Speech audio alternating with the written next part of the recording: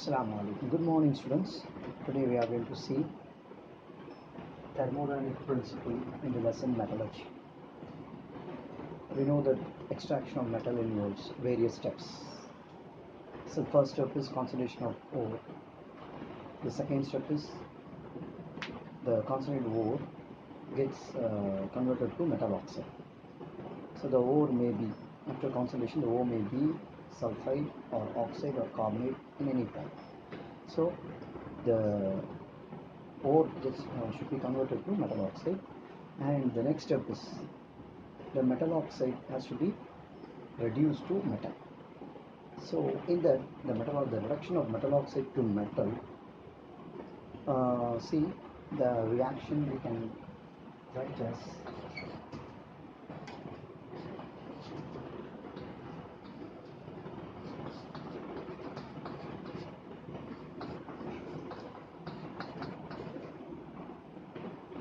here the reduction of metal oxide to metal, there is a need of reducing it because the metal oxide reduction may go high temperature. In the industries, the carrying out this reduction process may not be feasible.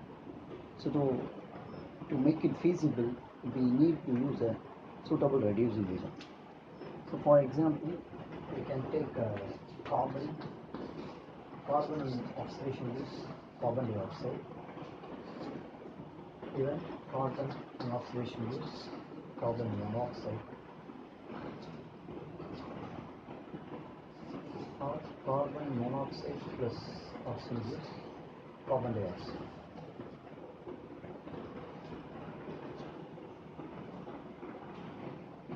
So here the use of reducing agent makes the reduction of metal oxide to metal feasible.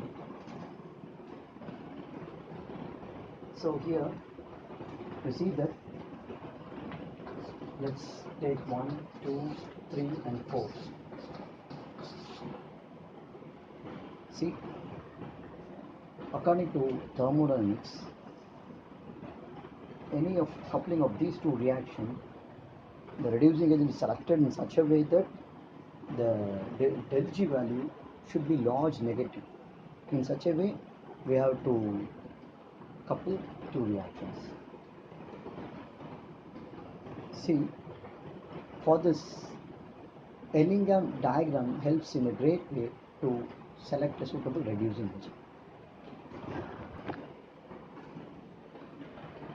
Let's see what is Ellingham diagram. So Ellingham diagram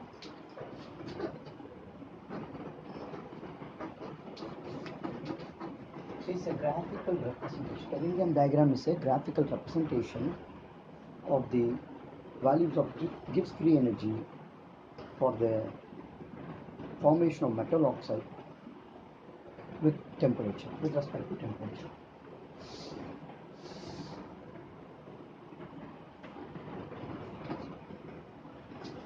Taking Gibbs free energy del G along the y-axis and the temperature along the x-axis. See, Ellingham made a graphical plot. Using this graphical representation, we can select a suitable reducing agent and appropriate temperature. See, in this,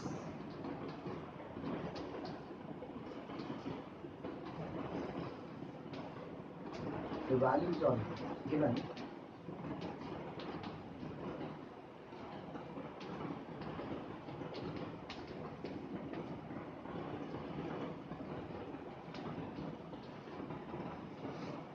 Like that it goes. See, the temperature is along the x-axis.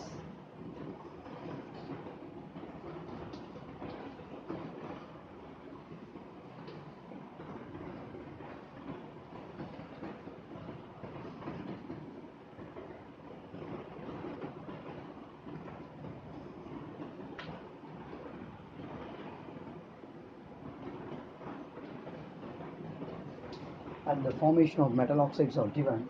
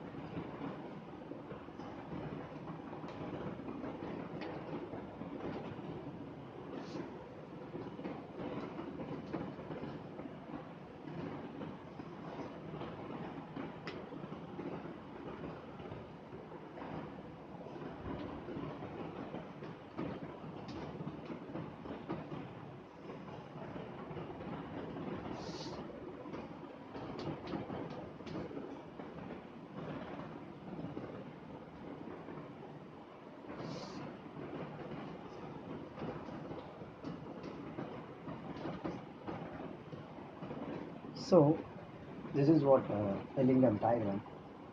So this gives values of gift free energy with respect to temperature. See, the gift free energy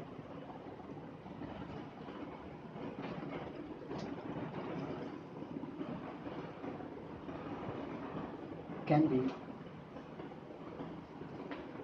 calculated by using the expression, is given by the expression del G is equal to del H minus T del S, which we would have seen in the thermodynamics. And for an equilibrium process,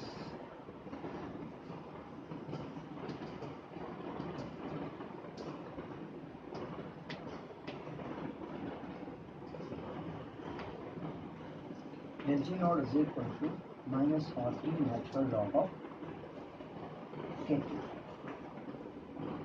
See, Harold Ellingham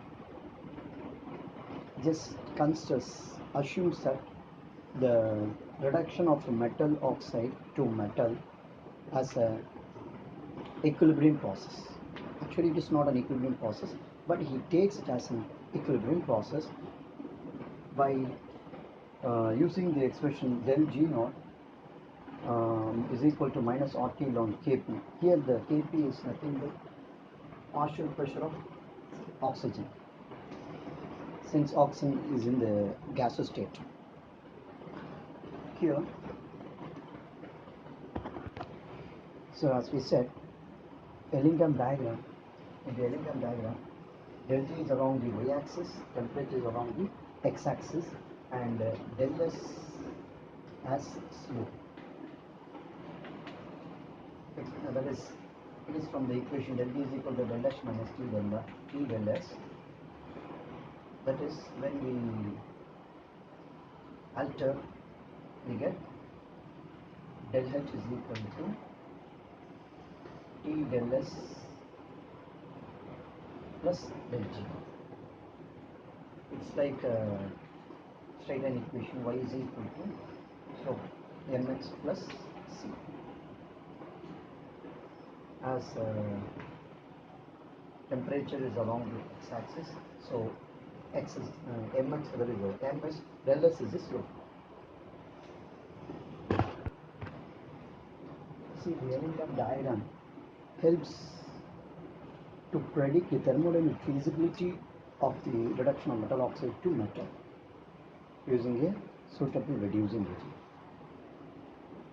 See, in the diagram, in the Ellingham diagram, the silver oxide and the mercury oxide located above the diagram, these are decomposed. That is, silver oxide and mercury oxide are decomposed at the moderate temperature 600 to 700 Kelvin. 600 and 700 Kelvin. It shows that these metal gets reduced at the moderate temperature in the absence of reducing. Then, for example, if we see the chromium oxide that is located above the aluminum oxide, according to Ellingham, those metal which are located above the metal oxide, any metal located above the diagram can reduce the metal oxides that are located.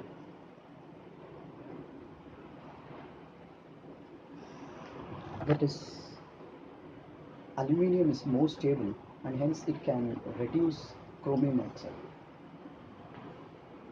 And like that, we can take other example.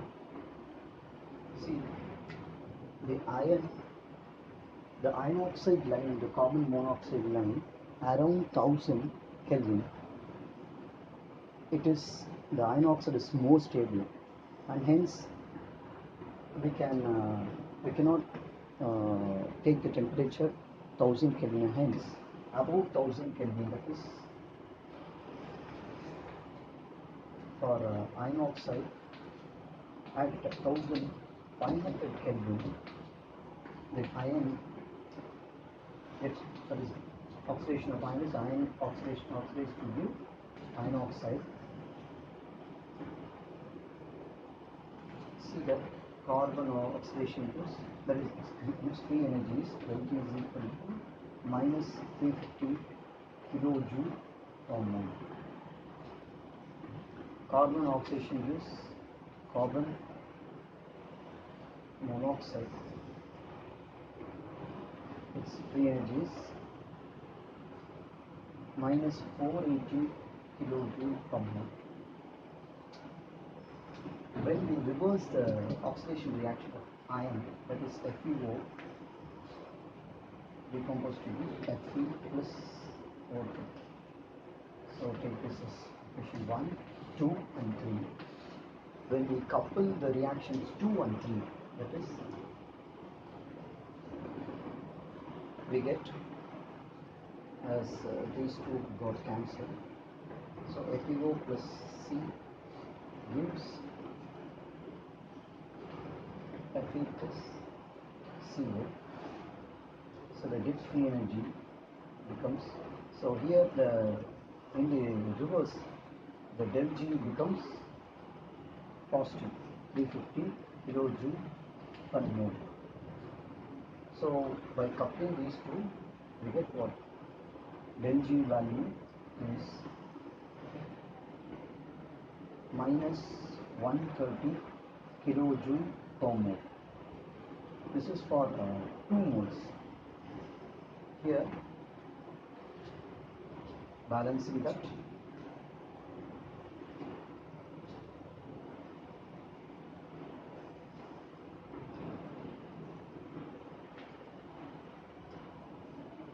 it is for 2 moles.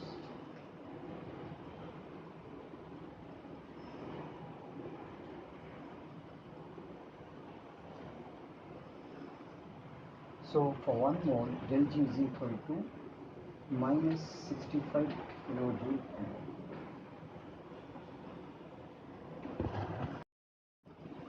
According to Ellingham, the element used for the reduction, that it is a competition between the element used for the reduction and the metal oxide. If the metal oxide is more stable, then oxygen remains with the metal. If the element used or the reduction is more stable, then the oxygen gets combined with the element and the metal oxide gets reduced.